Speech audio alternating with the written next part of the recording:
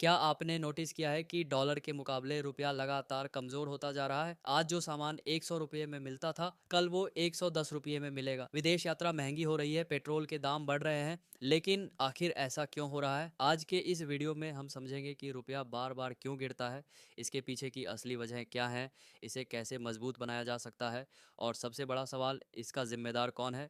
चलिए शुरू करते हैं। सबसे पहले समझते हैं कि रुपया गिरने का मतलब क्या है।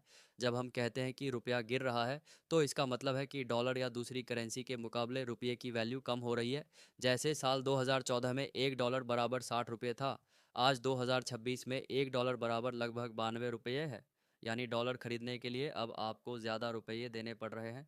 अब जानते हैं इससे क्या होता है। विदेश से सामान मंगवाना महंगा हो जाता है।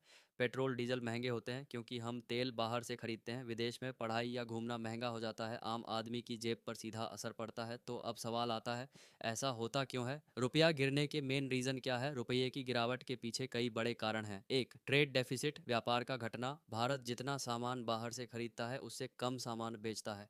हम चीन, अमेरिका, खाड़ी देशों से तेल, इलेक्ट्रॉनिक्स, मशीनरी खरीदते हैं। इसके लिए डॉलर चाहिए। जब डॉलर की ज़्यादा डिमांड होती है, तो रुपया कमज़ोर हो जाता है। दो, महंगाई और इंटरेस्ट रेट। जब भारत में महंगाई ज़्यादा होती है और अमेरिका में कम, तो निवेशक अपना पैसा अमेरिका में लगाते हैं, जहां बेहतर रिटर्न मिलता है।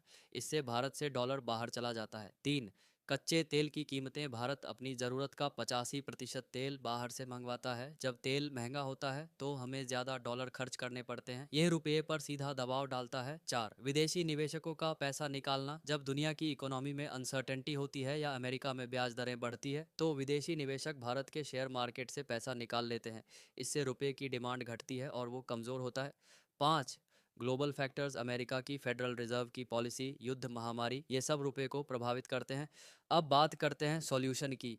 रुपये को मजबूत बनाने के लिए क्या किया जा सकता है? एक, एक्सपोर्ट बढ़ाना। मेक इन इंडिया जैसी योजनाओं से हमें ज़्यादा सामान बनाकर बाहर बेचना होगा। जितना ज़्यादा एक्सपोर्ट, उतने ज़्यादा डॉलर भारत में आएंगे। दो, तेल पर निर्भरता कम करना। Renewable energy, solar, electric vehicles, इनमें निवेश बढ़ाकर हम तेल के इंपोर्ट को कम कर सकते हैं। तीन, विदेशी निवेश को बढ़ावा। स्थिर नीतियां, आसान बिजनेस एनवायरनमेंट बनाकर हम विदेशी कंपनियों को भारत में निवेश के लिए प्रोत्साहित कर सकते हैं। चार, फॉरेक्स रिजर्व मजबूत करना। रिजर्व बैंक को पर्याप्त डॉलर रिजर्व रखना चाहिए ताकि ज़रूरत पड़ने पर रुपये को संभाला जा सके।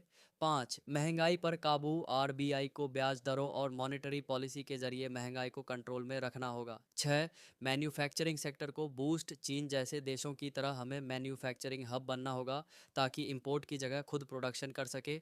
अब आते हैं सबसे बड़े सवाल पर, इसका जिम्मेदार कौन है? सच तो यह है कि यह किसी एक की गलती नहीं है। आरबीआई की भूमिका, reserve bank of India currency को मैनेज करता है, लेकिन वो पूरी तरह से रुपये को कंट्रोल नहीं कर सकता। वो सिर्फ हस्तक्षेप कर सकता है, पूरी तरह रोक नहीं सकता। सरकार की भूमिका, सरकार की इकोनॉमिक पॉलिसी, फिजिकल मैनेजमेंट और सुधार, ये सब रुपये को प्रभावित करते हैं, लेकिन ग्लोबल फैक्टर्स पर उनका भी पूरा कंट्रोल नहीं होता। ग्लोबल फैक्टर्स कई बार समस्या बाहरी होती है। अमेरिका की पॉलिसी, तेल की कीमतें, युद्ध, इन पर किसी एक देश का कंट्रोल नहीं, लेकिन सरकार की एक बड़ी जिम्मेदारी है। सरकार की नाकामी है कि रुपया इतना गिर गया है। रुपये की गिरावट एक जटिल आर्थिक मुद्दा है।